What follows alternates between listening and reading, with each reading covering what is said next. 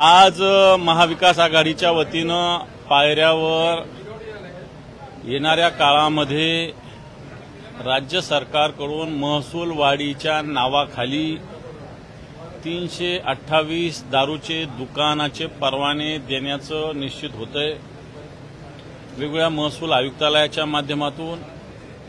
आणि खरं सांगायचं तर महाविकास आघाडीच्या आमदारांनाच हे दारूचे दुकान वाटायचे आहे अशा प्रकारची सर्व त्या डिपार्टमेंटमध्ये महायुतीच्या आमदारांनाच हे दारूचे दुकान वाटायचे आहे अशा पद्धतीनं ही सगळी रचना चालू आहे। आणि मला असं वाटतं 72 पासून अशा पद्धतीनं दारूचे दुकान त्यावेळेस उघडण्याचा सरकार निर्णय घेऊ पाहत होते। त्यावेळेस मृणाल गोरे सारख्या ज्येष्ठ नेत्यांनी विरोध केला होता। आणि महाराष्ट्र हा सुसंस्कृत आहे। एक्साईज उत्पन्नाचा मुद्दा जर बघितला तर कालच परमिट असोसिएशन हॉटेल असोसिएशननी आंदोलन केलंय, त्यांना मोठ्या प्रमाणावर एक्साईज लावला जातोय। आणि दारू द्यायची तर त्या परमिट रूममधून देऊ शकतात, त्याच्यामुळे दारूच्या दुकानाची कोणती आवश्यकता नाही। परंतु माझं स्पष्ट मत आहे, संभाजीनगरचं भुमरेंची जर प्रकरण बघितले तर जवळपास 10-11 दुकान ते चालवतात। आणि मग त्याच्यापासून प्रेरणा घेऊन पूर्ण महाराष्ट्रातील महायुतीच्या आमदारांना अशा पद्धतीनं दुकान देण्याचं घाटत आहे। सरकार वेगवेगळ्या गोंडस नावानी ह्या दारू दुकान अलॉट करण्याचा प्रयत्न करणार आहे, त्याला महाविकास आघाडी पूर्ण ताकदीनं विरोध करणार। कारण या दारूच्या मुळे शेकडो हजारो माता बहिणींचे संसार उद्ध्वस्त होत असतात। आणि म्हणून अशा पद्धतीनं माता भगिनींना एकीकडे आपण लाडकी बहीण म्हणायचं आणि त्यांचा संसार उद्ध्वस्त होईल अशा प्रकारचं राज्याचं धोरण आणायचं। आणि त्याला विरोध काल सभागृहातही केला, आज पायऱ्यावर करतो आणि येणाऱ्या काळात मला असं वाटतं रस्त्यावर सुद्धा हा विरोध होईल।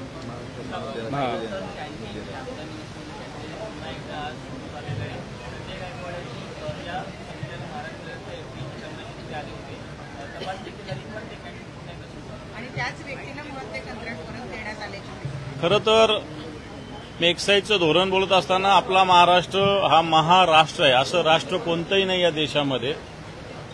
आणि हे महायुतीचं सरकार या राष्ट्राला मद्याचं राष्ट्र बनवू पाहतंय, आपल्या महाराष्ट्राची प्रतिमा बिघडू पाहतंय। आणि प्रतिमा बिघडत असताना वेगवेगळ्या पद्धतीनं सत्ताधारी पक्षाचे मंत्री असेल आमदार असेल कशा पद्धतीनं वागतात याचं उदाहरण नुकत्याच आमदार निवासाचे जे कॅन्टीन आहे त्याच्या निमित्तानं समोर आलेलं होतं। खरं तर कॅन्टीन 5 वर्षापासून याचा परवाना संपलेला, याला सातत्यानं का पुन्हा एक्सटेन्शन दिलं जातं हा प्रश्न आहे। अन्नपदार्थ खराब आहे म्हणून या कॅन्टीनवाल्याला मारहाण झाली होती अशी माहिती, खरं तर मारहाण चुकीची आहे। परंतु सरकारने 2-4 दिवस बंद केले आणि पुन्हा त्याच व्यक्तीला कॅन्टीन त्यांनी सुरू केलेली आहे, हे सुद्धा चुकीचं आहे। आमदारावर कारवाई केली पाहिजे, कॅन्टीनवर कारवाई केली पाहिजे, नवीन परवानाधारकाला अशा पद्धतीनं कॅन्टीन चालवायला दिली पाहिजे।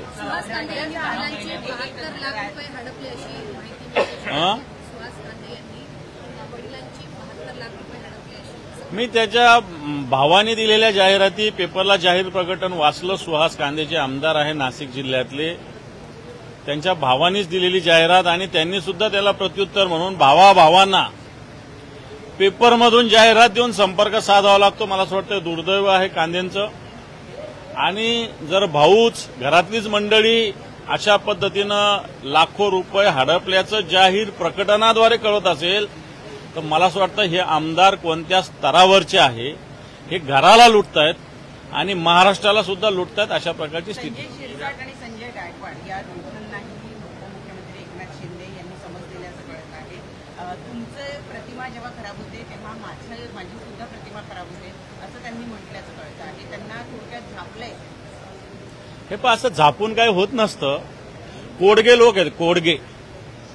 मग शिरसाट असेल नाही तर गायकवाड असेल, हे कोडगे लोक आहेत, शब्द लिहून घ्या। हा, कारण आता शिंदेची तरी काय प्रतिमा राहिलेली आहे। 3,000 कोटीचं मेगा इंजिनिअरिंगला टेंडर कोणी दिलं, कोणतं खातं कोण चालवत होतं? LNT पेक्षा 3,000 कोटीचं टेंडर तुम्ही देता। बडे मियाँ तो बडे मियाँ, छोटे मियाँ सुभान अल्लाह, यांचं मोठं यांचं छोटं एवढाच फरक आहे, बाकी काय फरक आहे यांच्यामध्ये? बाकी त्यांच्यामध्ये, शिंदेमध्ये, शिरसाटमध्ये आणि गायकवाडमध्ये फरक काय नाही. बडे मिया हे छोटे मिया, यात एवढाच फरक आहे. आणि त्याच्यामुळं मला असं वाटतं ही पूर्ण महाराष्ट्राला लुटणारी टोळी आहे, ज्याला आम्ही चड्डी बनियान गँग असं म्हटलेलं आहे. ही चड्डी बनियान गँग मागच्या काळात आपल्या महाराष्ट्रात वेगवेगळ्या ठिकाणी शेतात, वस्त्यावर दरोडे टाकायची. ही चड्डी बनियान गँग या महाराष्ट्रावर दरोडे टाकते, या महाराष्ट्राला लुटण्याचं काम करतंय, महाराष्ट्राची तिजोरी लुटताय, जनतेची लूट करतायत. आणि मला असं वाटतं ही मोठी टोळी महाराष्ट्रात बनलेली आहे. तिजोरी रिकामी झाली म्हणूनच दारूचे परवाने देऊन त्यातून पैसे किंवा कर वाढवून पैसे करताय. मला असं वाटतं तुम्ही कोणत्याही योजना आणताय. आता तुम्हाला 42,000-43,000 कोटीची समजा याच्यातून एक्साईज मिळणार आहे. 88,000 कोटीचा शक्तीपीठ मार्ग कोण करा म्हणतंय? कोणी मागत नाही. आणि मग तुम्ही असा आतताई खर्च करताय, गरजेचा नसलेला खर्च करताय, टेंडर 3,000 कोटीनं अभाव देताय. आणि मला असं वाटतं एकीकडे पुन्हा राज्याची तिजोरी खाली झाली म्हणतात. तिजोरी तुम्हीच खाली करताय. आणि काय माता भगिनीचे संसार उद्ध्वस्त करून महाराष्ट्राची तिजोरी भरणार आहे का? शेवटी महाराष्ट्र कशासाठी आहे? तिजोरी कशासाठी आहे? जनतेच्या हितासाठी आहे का जनतेची लूट करण्यासाठी? हा प्रश्न आहे. हिरा भाईंदरमध्ये 70,000 रुपये प्रति नग कचऱ्याचा डब्बा घेण्याचा निर्णय तो महापालिकेनं घेतलाय. 70,000 रुपयाला कचऱ्याचा डब्बा घेत आहे. मला असं वाटतं त्या डस्टबिनला सोन्याचा मुलामा लावलेला आहे आणि म्हणून 70,000 त्याची किंमत आहे. मराठवाड्यामध्ये मागच्या 6 महिन्यामध्ये 542 शेतकऱ्यांनी आत्महत्या केली आहे. मराठवाड्यामध्ये 726. आकडा आपला चुकीचा आहे. हे सरकार आल्यापासून 8,000च्या वर आत्महत्या झालेल्या आहे. त्यातल्या सगळ्यात जास्त मराठवाड्यात आणि अमरावती भागात झालेल्या आहे. सरकारला शेतकऱ्यांच्या आत्महत्येशी कोणतंही देणं घेणं नाही. सरकारला या महाराष्ट्राला लुटण्यात इंटरेस्ट आहे, टेंडरमध्ये इंटरेस्ट आहे, गुत्तेदारीमध्ये इंटरेस्ट आहे. एवढंच या सरकारला इंटरेस्ट आहे. मला असं वाटतं जनता योग्य धडा निश्चित येणाऱ्या काळात या सरकारला शिकवेल.